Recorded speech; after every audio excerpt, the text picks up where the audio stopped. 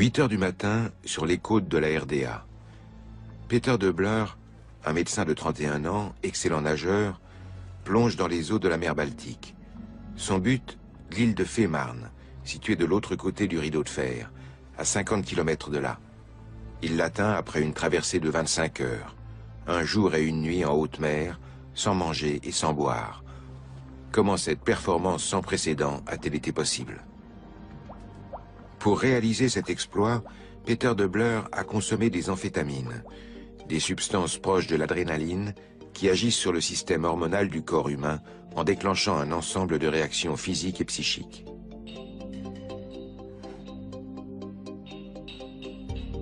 Aux États-Unis et au Japon, des chercheurs travaillent au développement des amphétamines depuis les années 1920. Mais la production s'avère complexe. Les laboratoires pharmaceutiques Temmler, situés à Berlin, intensifient leurs recherches au début des années 30. À partir de l'éphédrine, une substance naturelle dérivée de certaines plantes, la société Temmler développe un médicament très prometteur.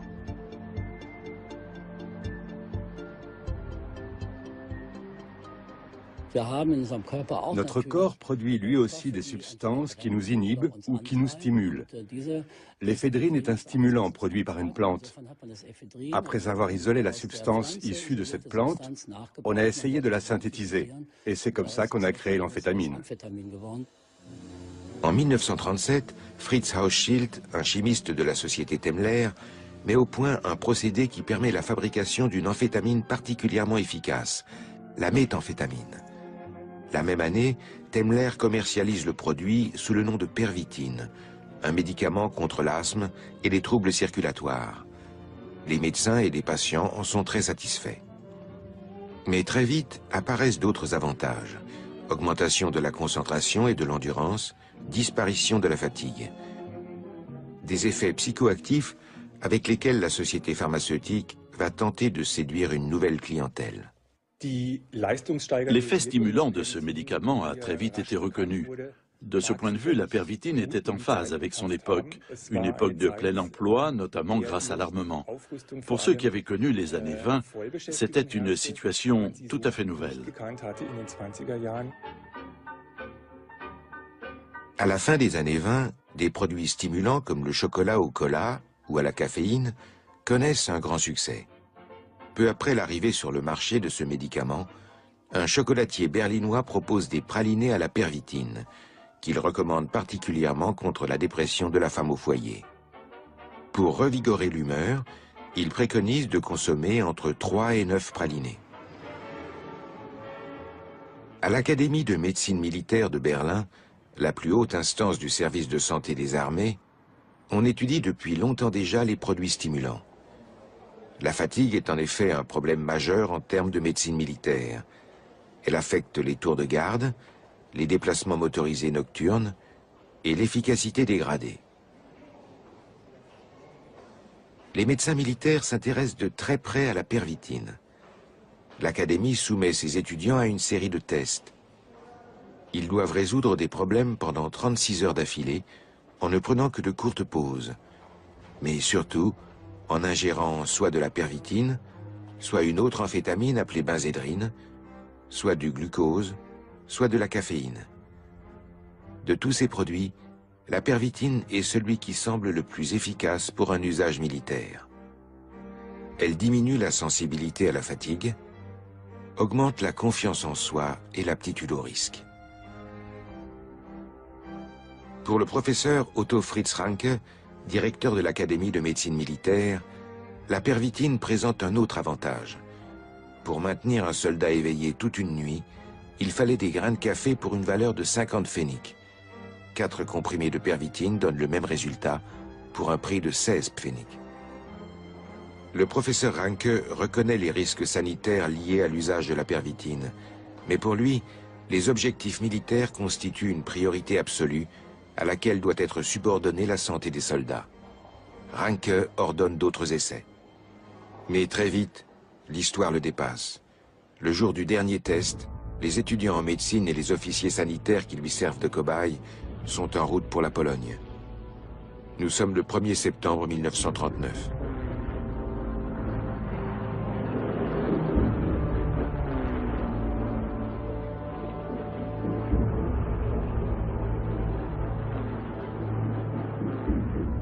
En moins de 4 semaines, la Wehrmacht écrase son voisin polonais. La pervitine est à présent si connue que beaucoup de soldats s'en procurent à titre privé.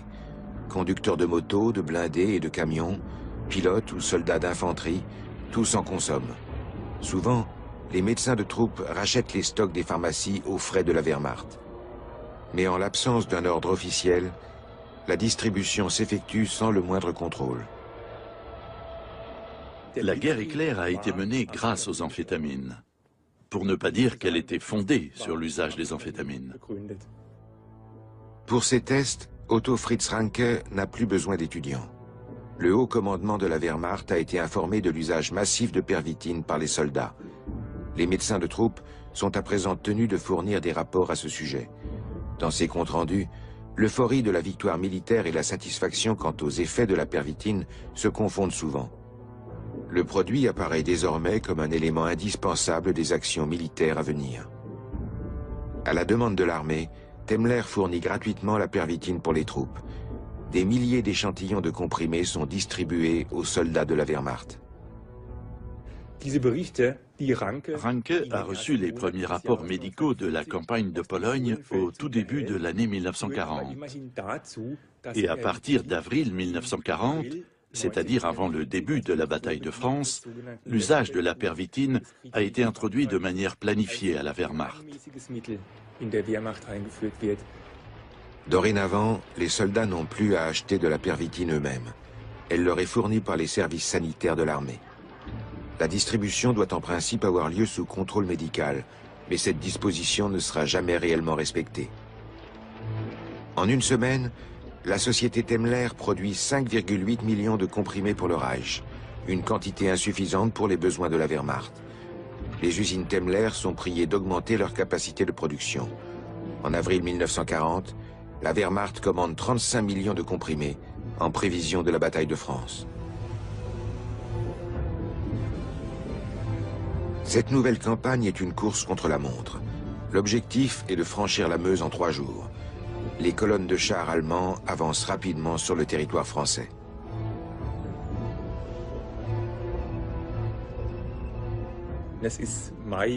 Nous sommes en mai. Les blindés sont étroits et mal ventilés. Il fait chaud et étouffant. Le terrain est inégal. La conduite exige beaucoup de concentration. Il faut éviter de tomber sous le feu de l'ennemi. D'après moi, tout cela aurait été impossible sans pervitine. En 57 heures à peine, les premiers chars allemands atteignent la tête de pont de Sedan. Le rythme des colonnes de blindés oblige l'infanterie à des marches forcées, de jour comme de nuit. Les troupes parcourent jusqu'à 60 km par jour. Pour supporter un tel effort, l'infanterie est approvisionnée en pervitine. Quand on y regarde de plus près, on se rend compte que dans bien des domaines, la guerre est la mère de toutes les inventions. En temps de guerre, tout le monde se demande comment pouvons-nous renforcer la combativité, l'endurance et la résistance de nos soldats? Comment pouvons-nous les aider à maîtriser certaines situations? Aujourd'hui, on dirait comment pouvons-nous les doper?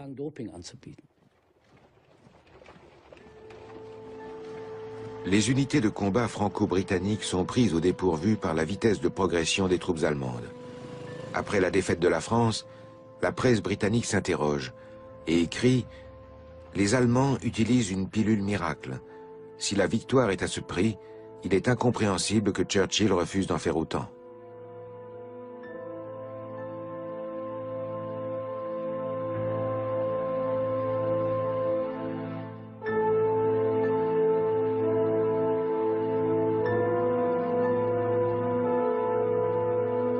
Mais si la pervitine a favorisé la victoire allemande, ses effets indésirables sont maintenant visibles. Les premiers cas de dépendance à la pervitine sont apparus à cette époque.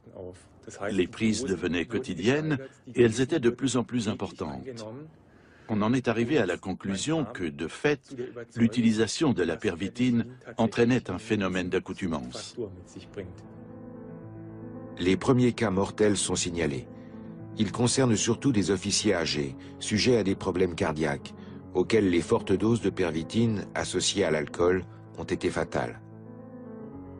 Le potentiel addictif du médicament est si élevé que Leonardo Conti, chef de la santé du Reich, décide d'intervenir. À l'automne 1940, Conti soumet la pervitine à une obligation de prescription. Mais cela n'affecte que très peu la diffusion du produit. Les patients et les médecins ne prennent pas cette restriction au sérieux et le nombre de prescriptions est élevé. Même dans les ministères, la consommation de pervitine est importante. Au ministère de l'Air du Reich, Ernst Udet, as de l'aviation allemande et ami personnel de Hermann Göring, est responsable de l'équipement technique de la Luftwaffe. Il est très impliqué dans le développement des Stuka et d'autres bombardiers issus des usines Heinkel et Junkers. Ernst Udet est totalement dépassé par sa fonction. Pour faire face, il consomme des quantités importantes d'alcool et de pervitine. Il en ingurgite 6 ou 7 comprimés dès le petit déjeuner. Malgré cela, Göring nomme Ernst Udet directeur de l'armement et du matériel aéronautique et élargit son domaine de compétences.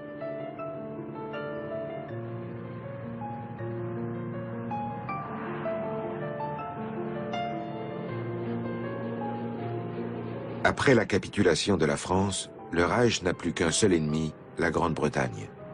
Pour l'Allemagne, la suprématie aérienne constitue la première étape en vue d'une invasion des îles britanniques.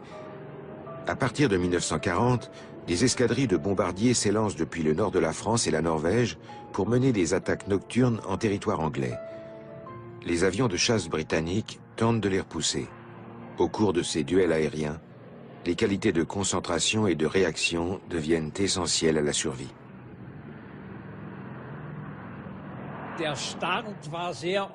Nous décollions généralement assez tard, vers 22 ou 23 heures, et nous arrivions au-dessus de Londres ou d'autres villes anglaises vers 1 heure ou 2 heures du matin.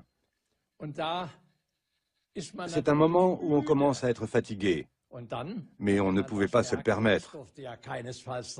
On prenait alors 1 ou 2 comprimés de pervitine et ça allait mieux.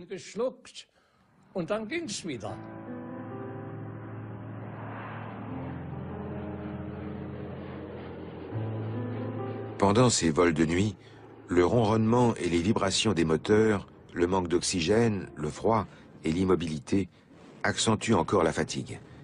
Les effets stimulants du café ou du thé se dissipent au bout de quelques heures. Ceux de la méthamphétamine durent de 8 à 10 heures, ou plus selon le dosage. J'ai effectué de nombreuses missions de nuit. En tant que commandant, il fallait que je sois réactif à tout moment. Alors j'anticipais. Je prenais des comprimés de pervitine de manière prophylactique. Imaginez un peu un commandant qui serait fatigué au moment du combat. C'est impensable. La pervitine n'agit pas uniquement sur la fatigue. Elle accroît aussi la capacité de concentration sur une tâche précise. Elle est euphorisante et stimule la combativité.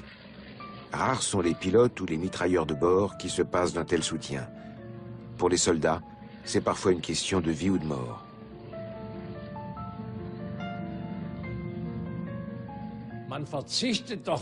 Nous n'allions tout de même pas renoncer à la pervitine sous prétexte qu'elle pourrait nuire à notre santé, alors que nous risquions de mourir au combat dans les heures qui suivaient.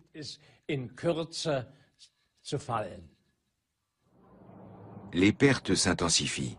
Il y a de moins en moins de personnel qualifié. Pendant des mois, les pilotes décollent nuit après nuit. Sur ordre de Göring, les états-majors distribuent des rations supplémentaires d'alcool afin de maintenir la motivation et l'efficacité des équipes. Avec l'alcool qui devait remonter le moral des soldats, la pervitine a eu des effets très négatifs sur la santé des pilotes. On parlait à l'époque d'un syndrome de l'aviateur qui se manifestait par des insomnies, des vomissements et une perte d'appétit. Les pilotes qui présentent ce syndrome sont considérés comme grillés et envoyés en maison de repos. Pour la plupart, le séjour sera une cure de désintoxication.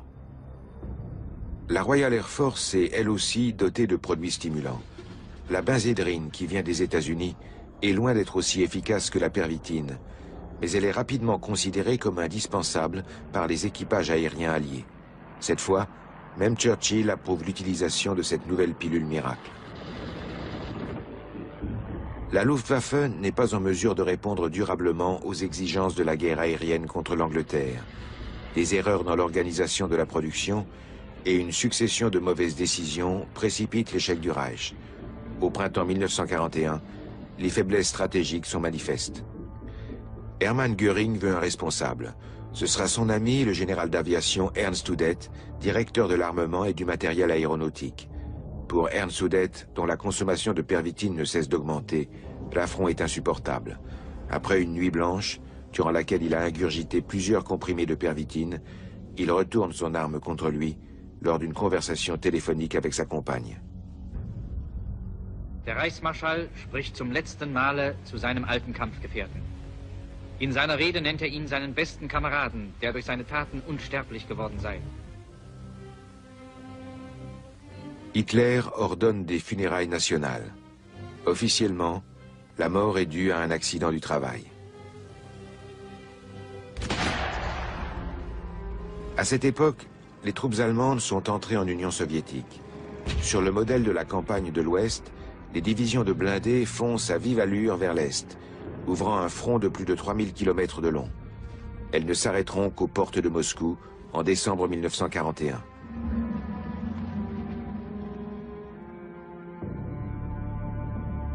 L'opération Barbarossa est une campagne d'extermination raciale au cours de laquelle des millions de personnes perdront la vie. Les rapports des soldats qui ont combattu sur le front de l'Est ressemblent à des descriptions de l'enfer de Dante. Ces hommes étaient en permanence entourés de cadavres, de mourants. Ils assistaient à des scènes d'une horreur à laquelle ils n'avaient jamais été confrontés auparavant. Tout cela les a probablement incités à consommer non seulement des stimulants, mais aussi des produits avec lesquels ils pouvaient s'anesthésier mentalement. Pour eux, c'était une stratégie de survie. Durant l'hiver, l'armée rouge lance ses premières contre-offensives. La Wehrmacht résiste difficilement. Pour défendre leur position, jour et nuit, les responsables du commandement allemand fournissent de la pervitine à leurs troupes. Ils réclament l'envoi de renforts, de matériel et de nouvelles rations de pervitine. Mais dans le même temps, ils déplorent les effets secondaires du médicament. Les soldats, écrivent-ils, souffrent d'apathie, de dépression et doivent compenser au triple les heures de sommeil dont ils se privent. Malgré cela, pour l'état-major allemand, la pervitine reste le dernier recours pour remobiliser une division en difficulté.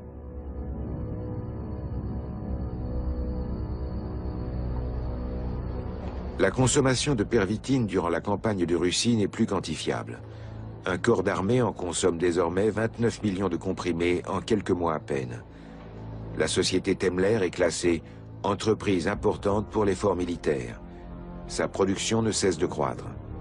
Mais les besoins de la Wehrmacht augmentent sans arrêt.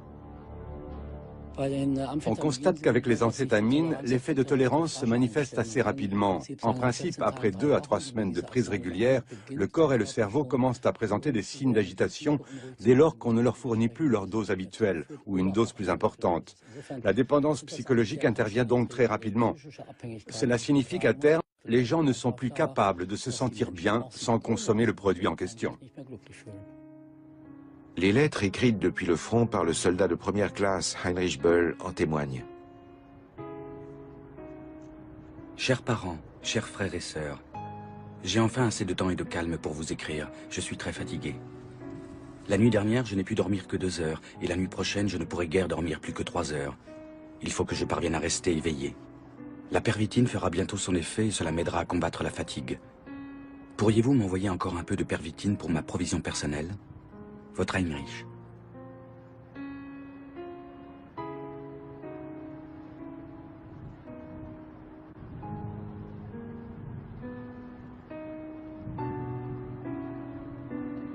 La Wehrmacht cherche à présent à réduire ses distributions de pervitine. Pour couvrir leurs besoins, les soldats doivent s'en procurer à titre personnel.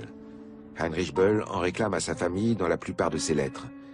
Le produit est toujours disponible en pharmacie. Dans le corps médical, les troubles provoqués par un usage prolongé sont maintenant connus. Outre la dépendance psychique, la pervitine peut entraîner un affaiblissement général, des psychoses, des troubles circulatoires et des défaillances cardiaques. Le 1er juillet 1941, Leonardo Conti, chef de la santé du Reich, obtient la classification de la pervitine parmi les produits définis par la loi du Reich sur les opiacés. Conti, responsable également des programmes de stérilisation forcée ou d'euthanasie, affirme vouloir éviter que tout un peuple ne se retrouve drogué. Conti place la santé du peuple allemand au cœur de ses préoccupations. Il condamne l'usage privé de la pervitine, mais il ne remet pas en cause son utilisation à des fins militaires. D'autant que dans les usines chargées de produire les biens nécessaires à l'effort de guerre, le rythme de travail ne peut être maintenu que grâce à la pervitine. La loi sur les opiacés ne s'applique pas à la Wehrmacht. Dans les rangs de l'armée, la pervitine est toujours distribuée sans ordonnance. 1943 est une année noire pour la marine de guerre allemande qui subit de lourdes pertes. Le cuirassé Tirpitz, dernier navire de guerre du Reich, se replie dans le fjord d'Alta. Il doit tenir tête à la puissance navale britannique. À plusieurs reprises, les Anglais tentent de détruire le Tirpitz, que Churchill a surnommé The Beast, la bête. À l'aide d'un sous-marin de poche, ils parviennent à placer des mines de 2 tonnes sous la coque. Les dégâts sont tels que le Tirpitz n'est plus opérationnel. Après cette attaque, Hitler ordonne la création d'une unité navale disposant de sous-marins de poche, avec des équipages réduits à 1 ou 2 personnes. Le temps presse. Les constructeurs sont contraints d'improviser. Ils parviennent pourtant à développer en un temps record une série d'engins destinés au combat naval.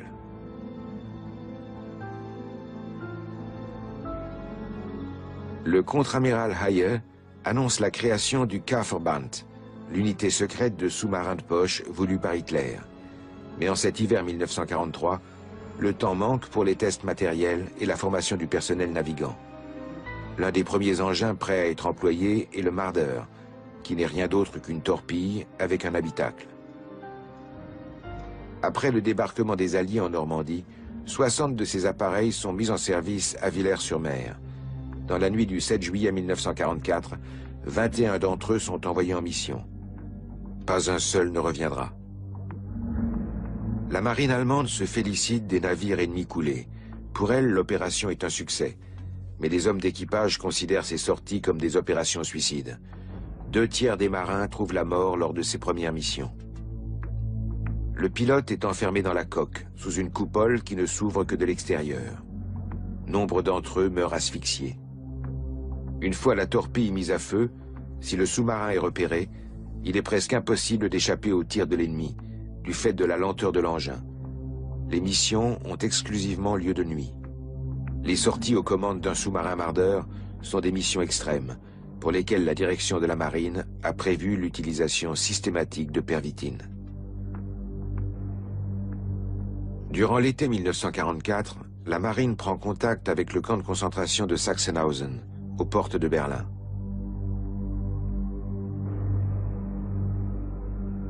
Ce camp est doté d'un commando disciplinaire d'essayeurs de chaussures, qui testent des ersatz de cuir pour l'industrie de la chaussure, un secteur vital en temps de guerre.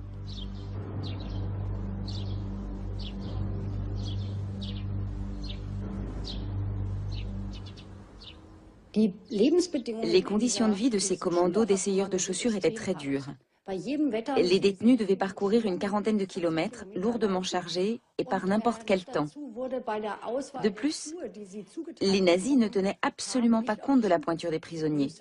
Ils leur attribuaient une paire de chaussures au hasard et les prisonniers devaient les porter. Le taux de mortalité de ces commandos était très élevé. Les SS n'y affectaient que les détenus qu'ils voulaient punir sévèrement. Ces commandos sont considérés comme des unités d'extermination. Les détenus, surtout les plus âgés et les plus affaiblis, y meurent d'épuisement ou sous les coups des SS. Tadeusz Grodecki avait 15 ans à l'époque. Il est l'un des rares à avoir survécu. Personne ne nous demandait si on tenait le coup ou pas. On marchait jusqu'à la pause de midi. Après le déjeuner, on continuait. Le soir, on passait au poste de vérification pour y déposer les chaussures et récupérer les nôtres. Ensuite, il y avait l'appel. Heureusement, je ne devais pas marcher tous les jours. Il y avait un roulement. Je participais à ces marches 3 ou 4 fois par semaine. Ce n'était pas facile. Chargés d'un sac de 12 kilos, les détenus arpentent la place d'appel du matin au soir. 40 km par jour, sur un sol caillouteux.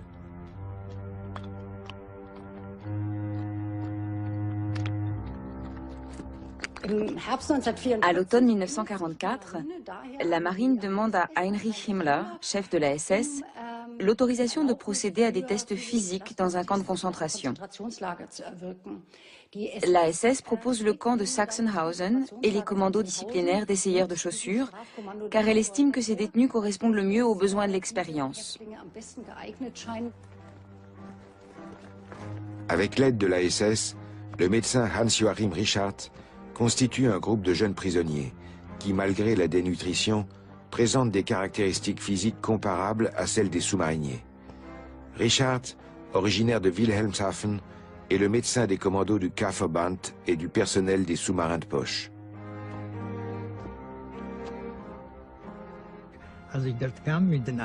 Ce jour-là, quand nous sommes arrivés, les autres détenus et moi, on a été obligés de prendre des comprimés. Ils ne nous les ont pas distribués. Un SS nous les a mis directement dans la bouche. Puis, nous sommes allés au poste de vérification. On nous a donné des chaussures et un sac à dos rempli de sable. Ensuite, nous avons reçu l'ordre de rejoindre le peloton disciplinaire qui marchait dans la cour. À midi, le peloton s'est arrêté pour déjeuner. Nous avons continué à marcher. Le soir, nous avons rejoint notre baraquement, mais sans boire, ni manger, ou même nous asseoir. Nous avions seulement le droit d'uriner.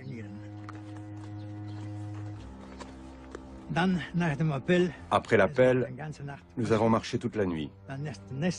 Le jour suivant, la même chose s'est répétée. Après l'appel, nous sommes retournés marcher. Et le soir, on nous a conduits à l'infirmerie, où nous avons été examinés. La patrouille de cobayes humains marche pendant 4 jours et 3 nuits. La pause nocturne pour les contrôles médicaux n'excède pas une demi-heure. Les détenus craignent de participer à une expérience potentiellement mortelle, car le docteur Richard ne leur a donné aucune information sur la nature des produits qu'ils ont ingérés. En l'occurrence, il s'agit de préparations associant la pervitine à la caféine ou à la cocaïne. La plupart des détenus marchent pendant 80 heures d'affilée, à l'exception de l'un d'entre eux qui a avalé par mégarde son chewing-gum à la pervitine et qui s'endort. Pourquoi, à la fin de l'année 1944, la marine réalise-t-elle des tests sur la pervitine alors que ses effets sont connus depuis longtemps?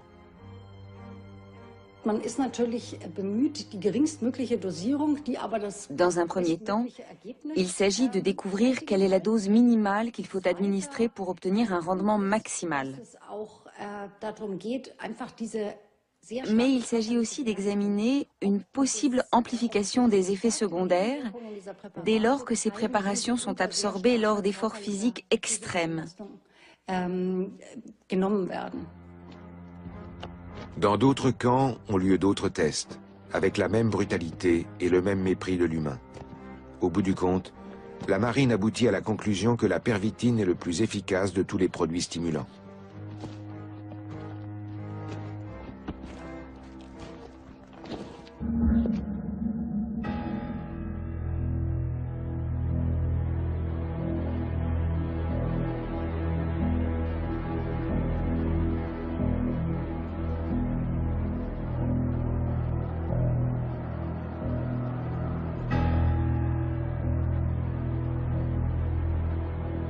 En dépit d'une situation matérielle toujours plus précaire, un premier sous-marin de poche est livré dès l'automne 1944.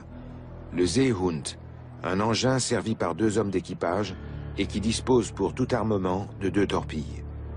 Mais pour l'heure, personne n'est en mesure de le piloter.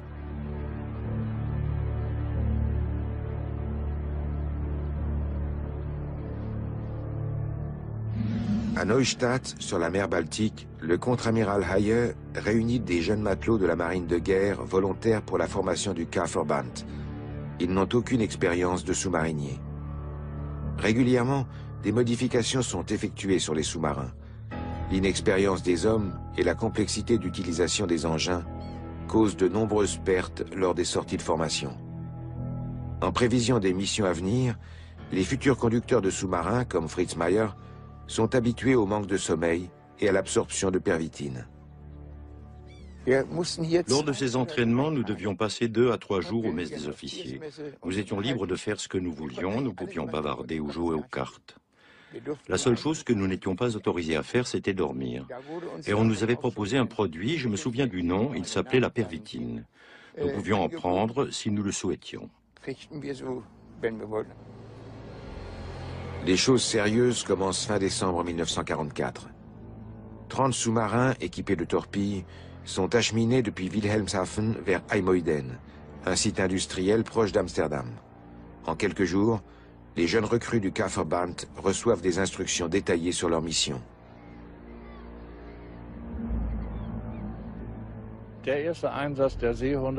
La première sortie des sous-marins Seehund a eu lieu le 1er janvier 1945. Sur 18 sous-marins, l'un a heurté une mine à la sortie du port de IJmuiden et a explosé. Et 17 sont sortis sans encombre. Mais seuls 2 sont rentrés, dont celui à bord duquel je me trouvais. Notre sortie était une mission en meute. On nous avait prédit de bonnes conditions météo. En réalité, elles ont été épouvantables. Les équipages ne sont pas préparés à affronter l'hiver en mer du Nord.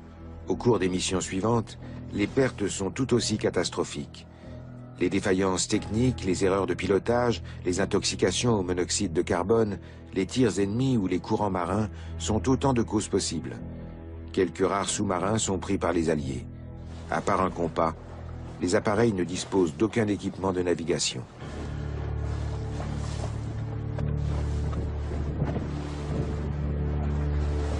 Sous l'eau, les Seehunde sont propulsés par un moteur électrique de faible portée. Par conséquent, la plupart des trajets ont lieu en surface et doivent être effectués de nuit. De jour, pour ne pas être repérés, les sous-marins restent immobiles au fond de la mer. Pour l'équipage, ce sont des heures pénibles, épuisantes, dans un habitacle exigu, sans lumière naturelle.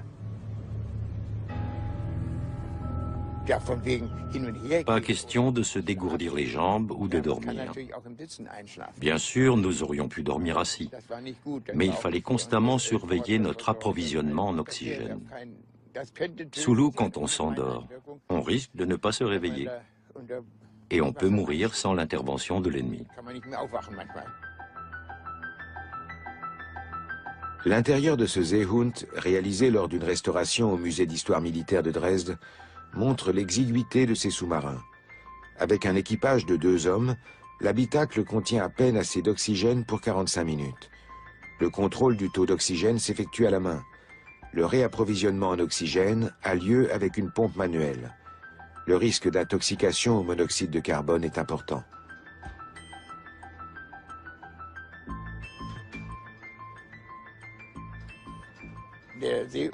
L'officier de marine et l'officier du génie devaient absolument rester éveillés. Quand l'un des deux s'endormait, l'autre ne tenait pas le coup tout seul. Initialement, les sorties sont prévues pour une durée de 2 à 3 nuits. Mais les aléas de leur mission ou de la météo contraignent souvent les sous-marins à rester en mer de 5 à 7 nuits d'affilée. Les marins sont soulagés quand ils parviennent à regagner leur port d'attache sains et saufs.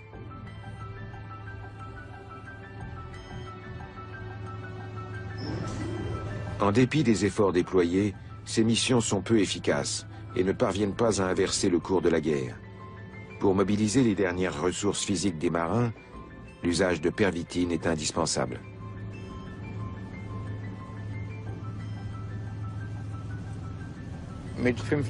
Après 5 nuits en mer, je ne tenais plus. J'ai pris de la pervitine pour rester éveillé. Cela provoquait parfois des réactions bizarres, surtout dans les échanges avec mon ingénieur de navigation.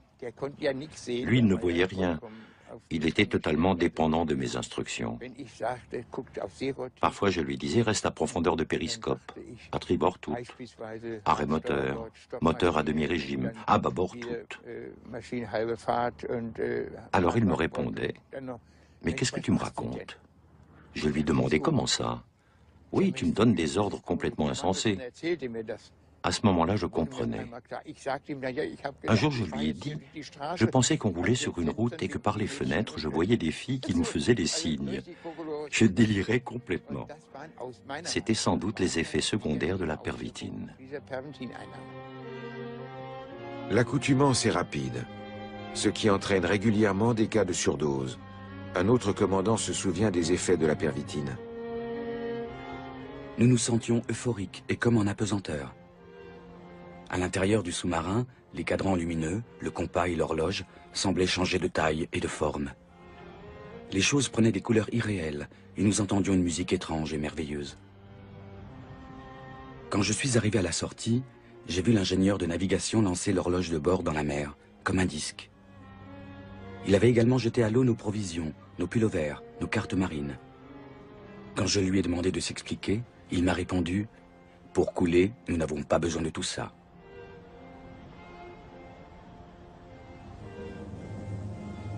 En avril 1945, Berlin subit les derniers assauts de la guerre. Pour faire face aux attaques aériennes quotidiennes, la Wehrmacht recrute des soldats parmi les jeunesses hitlériennes. Nous passions 4 à 5 heures par nuit sur les canons antiaériens. Nous étions épuisés en permanence. Le jour où nous allions à l'école, les cours continuaient normalement. Des classes entières sont transformées en unités de combat. Plus tard, les attaques aériennes ont eu lieu également dans la journée. Alors les cours étaient interrompus. Les enseignants mettaient leurs casques et allaient se mettre à l'abri dans un bunker. Nous allions rejoindre nos pièces d'artillerie. Le service des canons antiaériens est éreintant. Pour tenir le coup, les écoliers prennent de la pervitine, sur ordre de leurs supérieurs. On nous en donnait tous les soirs, avec le ravitaillement. Après le dîner, le sous-officier de service passait dans les rangs et distribuait du chocolat à la pervitine ou des comprimés aux servants de pièces d'artillerie et aux opérateurs radars. Et il fallait qu'on avale ça tout de suite, devant lui. On ne pouvait pas refuser.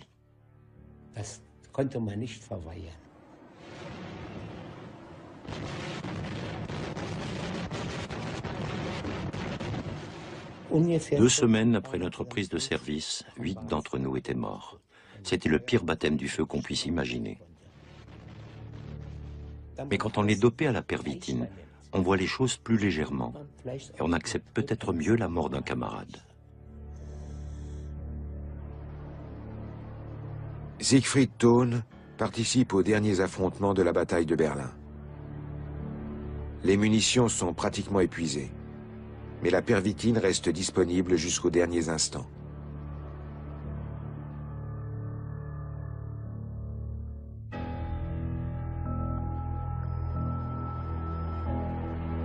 L'Allemagne capitule le 8 mai 1945. Dans le monde, la Seconde Guerre mondiale a coûté la vie à plus de 55 millions de personnes, soldats et civils confondus. Les milliers de soldats qui rentrent de la guerre reviennent avec leur traumatisme, mais aussi avec leur addiction. En raison des immenses stocks de la Wehrmacht et de l'industrie, la morphine et la pervitine sont faciles à trouver au marché noir. Et la demande est importante. La pervitine s'est vendue au marché noir durant les premières années d'après-guerre, avant la création des 2 États allemands. De par son format, sa valeur marchande et la forte demande, c'était une marchandise facile à écouler. La pervitine sera ainsi vendue sous le manteau jusque dans les années 50. La guerre avait mis un frein à tous les plaisirs. D'un seul coup, ce frein n'était plus là. Nous n'avions pas eu de jeunesse. Après la guerre, tous les désirs se sont exprimés de façon décuplée. La pervitine devient une drogue festive. Une fois les stocks existants écoulés, certains continuent de satisfaire la demande du marché noir, d'autant qu'à cette époque, la production privée de méthamphétamine n'est pas encore passible de poursuites judiciaires.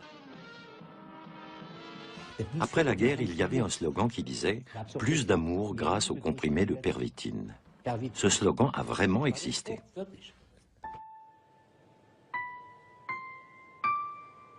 Dans ces années de pénurie, les jeunes qui rentrent du front sont pressés d'achever leurs études afin de pouvoir travailler. Comme avant la guerre, de nombreux étudiants ont recours à la pervitine pour faire face au stress et aux examens. Parmi les étudiants de ma promotion, certains ont reconnu qu'ils avaient pris de la pervitine. Il y en a même un qui a été radié pour ça. Elle l'a totalement détruit. Après ça, il a complètement perdu pied. Les marchés noirs disparaissent peu à peu, mais la pervitine est à nouveau disponible en pharmacie. Et dans les deux républiques allemandes, les habitudes de prescription des médecins sont très laxistes. La production de pervitine, jusque-là classée importante pour l'effort de guerre, est maintenue par un décret des forces d'occupation soviétiques. Avec la construction du mur, la société Temmler se divise elle aussi entre Est et Ouest. Des deux côtés du rideau de fer, la pervitine contribue à la reconstruction. Sa consommation entre dans les mœurs de la société d'après-guerre. Wo bleibt noch Scarlett? Ich wünschte, sie wäre schon da. Ich wünschte, Schlemmer wäre schon da. Und wenn er nicht, dann wenigstens mein Kleid. Was möchten Sie in den Kaffee? Milch, Zucker? Nur 2 Pervitin, das wird heute ein anstrengender Tag. La pervitine s'invite dans le quotidien des chefs d'entreprise de la jeune République fédérale d'Allemagne. Dans la vie du citadin moderne, le recours aux stimulants en quantité mesurée pour affronter le stress de la vie professionnelle est perçu comme une option tout à fait défendable. Une vision assez proche de celle de notre époque. Le problème des produits stimulants est que celui qui en consomme ne voit plus ses propres limites. Il ne reconnaît plus les signaux d'alerte que son corps lui envoie, comme la peur ou la fatigue. Avec les amphétamines, on risque de dépasser ces limites. Un risque particulièrement élevé dans le sport de haut niveau. On estime que la pervitine a été utilisée lors de l'ascension du Nanga Parbat, lors de certains Tours de France, et sans doute aussi lors du fameux miracle de Berne. Dans ces années de reconstruction, les contrôles antidopage n'existent pas encore.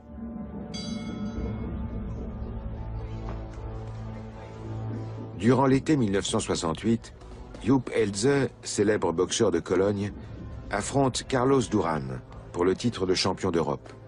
Ce jour-là, il dépasse de très loin ses limites physiques. Après 15 rounds, il s'effondre et décède 2 jours plus tard d'une hémorragie cérébrale. L'autopsie révèle qu'il a consommé 2 comprimés de pervitine avant le combat, ce qui l'a probablement empêché de tenir compte de ses limites physiques. Le décès de Jupp Elze entraîne l'introduction des premiers contrôles antidopage dans le sport de haut niveau en RFA.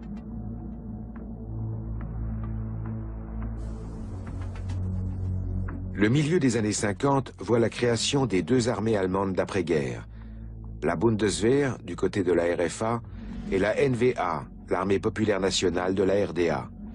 Durant toute la guerre froide, ces 2 armées se feront face. Dans l'éventualité d'un conflit, on prévoit de la pervitine à l'est comme à l'ouest.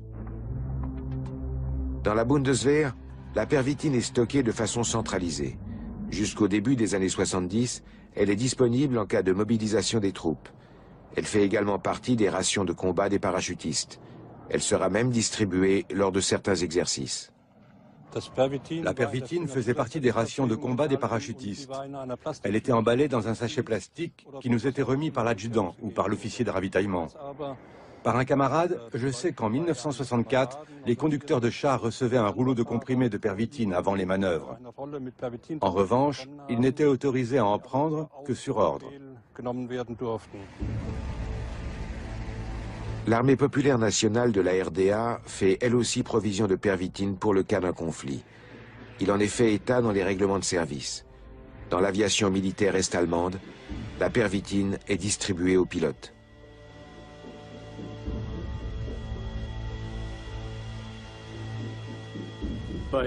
Dans la Luftwaffe, la pervitine et le Coca-Cola servaient à combattre la fatigue lors des exercices de décollage et d'atterrissage répétés ou lors de vols très longs en bombardier. Dans l'ANVA, en revanche, la pervitine n'était utilisée qu'en cas de force majeure, quand le pilote devait abandonner son avion, pour cause d'avarie par exemple, afin qu'il puisse rester opérationnel le plus longtemps possible. La pharmacie de bord des avions MiG de la NVA est équipée de comprimés de pervitine que l'armée de l'air fait produire à Königsbrück jusqu'en 1975.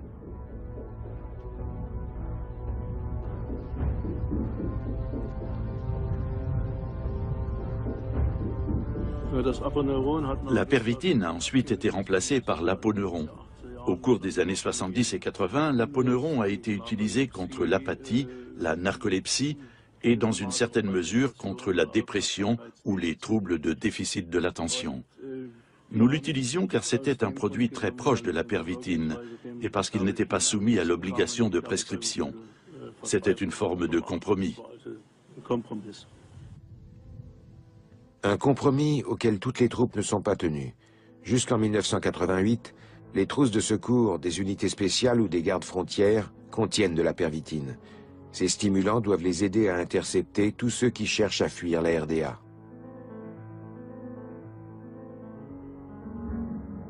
Le 14 juillet 1971, Peter Döbler tente de passer à l'ouest. Pour cela, il doit franchir 50 km à la nage en haute mer. Porté par la volonté farouche de quitter le pays, il n'a sur lui que ses papiers d'identité et quelques comprimés.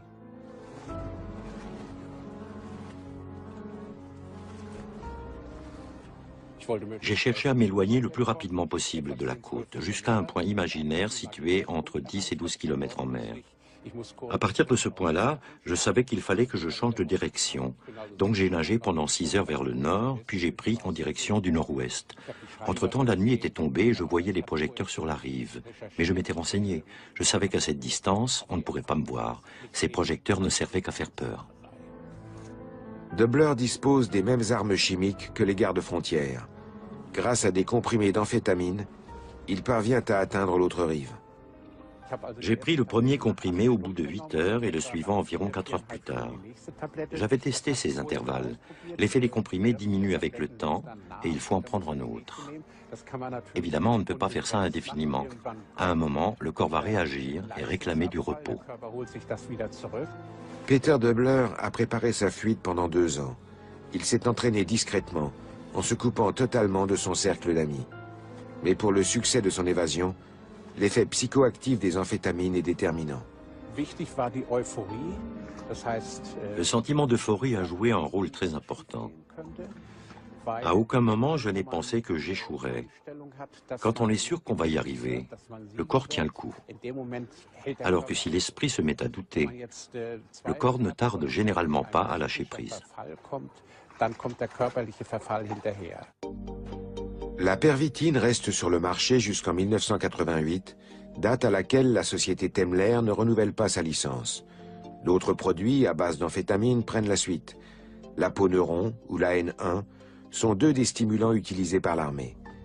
Dans la course-poursuite entre les laboratoires et le législateur, la classification de nouveaux dérivés d'amphétamine dans la liste des produits stupéfiants n'est souvent qu'une question de temps. Aujourd'hui, la méthamphétamine circule à nouveau sur le marché noir, où elle est mieux connue sous les noms de speed ou de cristal. Dans les années 70 et 80, nous avons eu beaucoup de tranquillisants, les benzodiazépines, le Valium et des produits similaires. Depuis le milieu des années 80, la société se tourne vers les substances désinhibantes, qui permettent à l'individualité de s'exprimer et de se mettre en avant, qui stimulent notre activité, notre pouvoir d'attraction et notre combativité. De ce point de vue-là, l'utilisation qu'on en fait dans l'armée n'est pas tellement éloignée de ce que la société nous rabâche en permanence. Nous devons nous prendre en charge, dépasser nos limites, nous imposer par la performance. Et dans cette optique, certains médicaments semblent très utiles. Face à l'augmentation des situations de danger et de stress lors des missions à l'étranger, les médecins de la Bundeswehr réfléchissent à la réintroduction de produits médicamenteux stimulants. À ce sujet, en 2007, la commission médicale de l'armée allemande, constituée de scientifiques indépendants, a émis la recommandation suivante. Sur une durée limitée et dans un cadre strictement défini, le recours ultime à des produits médicamenteux visant à pallier une baisse de la performance physique ou intellectuelle peut être considéré comme acceptable.